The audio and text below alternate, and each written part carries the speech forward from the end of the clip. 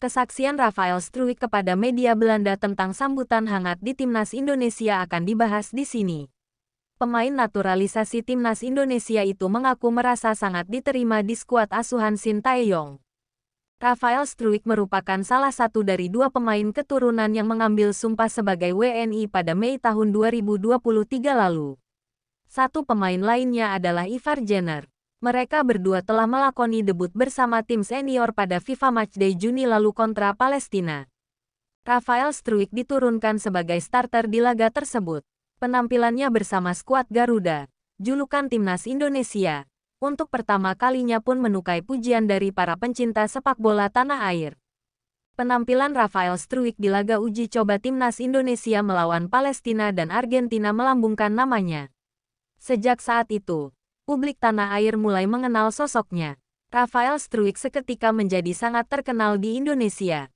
Belum lama ini, Rafael Struijk curhat kepada media Belanda tentang kehangatan yang dirasakan olehnya ketika membela Timnas Indonesia. Pemain keturunan Belanda Indonesia itu merasa diterima dan didukung habis-habisan oleh publik tanah air. Semua orang bersikap positif. Saya tidak mendapatkan pesan negatif. Saya pikir itu adalah ciri dari orang Indonesia. Anda akan secara cepat merasa diterima, ujar Rafael Struijk dilansir dari Omroep West, Sabtu, tanggal 2 September tahun 2023. Pada jeda internasional September tahun 2023 ini, Rafael Struijk kembali dipanggil Shin Tae-yong untuk membela Timnas Indonesia U23. Penyerang Ado Den Haag itu diharapkan mampu membawa Timnas Indonesia U23 lolos ke Piala Asia U23 2024. Pamor melejit sejak bela Timnas Indonesia. Rafael Struijk curhat kepada media Belanda. Pemain berusia 20 tahun milik Ado Den Haag itu mengaku kesulitan untuk sekadar makan di mal jika di Indonesia. Rafael Struijk merupakan salah satu pemain keturunan yang dinaturalisasi jelang Piala Dunia U20 2023. Namun demikian, turnamen tersebut gagal digelar di Indonesia pada Mei-Juni tahun 2023 lalu. Kendati begitu, tekad Rafael Struijk untuk dinaturalisasi sudah bulat.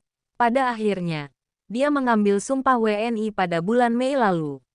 Tidak lama kemudian, pemain yang berposisi sebagai winger itu mendapatkan kesempatan debut bersama Timnas Indonesia senior di laga uji coba FIFA Matchday Juni melawan Palestina.